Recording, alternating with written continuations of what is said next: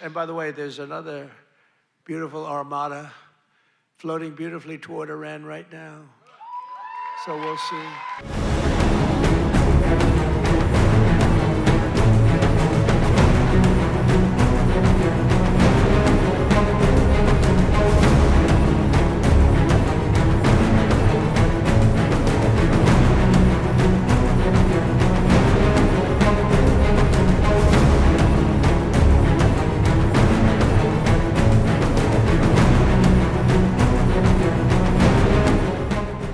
As tensions with Iran spike across the Middle East, the United States has begun region-wide war drills while simultaneously carrying out a fresh wave of military deployments.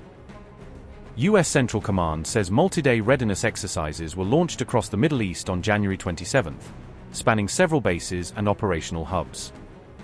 The drills are designed to test how quickly U.S. aircrews can deploy, disperse, and sustain combat aircraft under crisis conditions. Participating units will fly to pre-planned contingency locations and practice rapid setups, quick launches, and fast recoveries of their aircraft. The exercises also aim to knit together U.S. command structures with those of unnamed partner nations in the region for joint operations.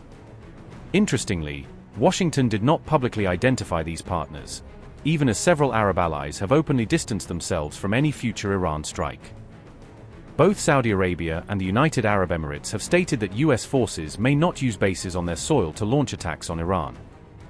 At the same time, the U.S. military insists these drills are meant to ensure American air power is available when and where it's needed in the region. France said, and I quote, "This is about upholding our commitment to maintaining combat-ready airmen and the disciplined execution required to keep air power available when and where it's needed." Unquote. These air exercises coincide with a significant naval buildup near Iran, which U.S. Central Command has confirmed is already underway. The USS Abraham Lincoln and a group of guided missile destroyers entered Middle Eastern waters earlier this week. Washington has also sent F-15E strike jets, Patriot missile batteries, and THAAD air defense systems to several bases across the Middle East. On January 27th, Donald Trump boasted that another beautiful armada is now floating beautifully towards Iran, underscoring the show of force.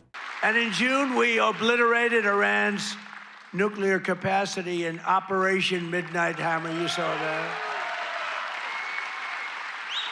People have been waiting for 22 years to do that, and we were right at the end. They were about a month away from having a nuclear weapon. We had to do it. And by the way, there's another beautiful armada floating beautifully toward Iran right now. So we'll see. I hope they make a deal. I hope they make a deal. They should have made a deal the first time they'd have a country.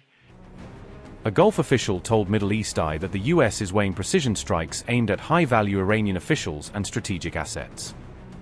Analysts have warned that exercises like these can double as cover for surprise operations, raising concerns about a sudden strike on Iran.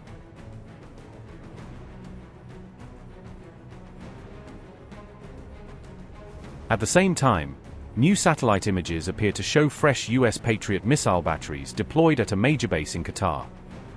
The imagery reportedly captured 7 launchers, a radar array, a command post, and accompanying support units in position. Al Udeid, where these systems are based, is the largest U.S. military installation in the Middle East and the main command hub for regional operations.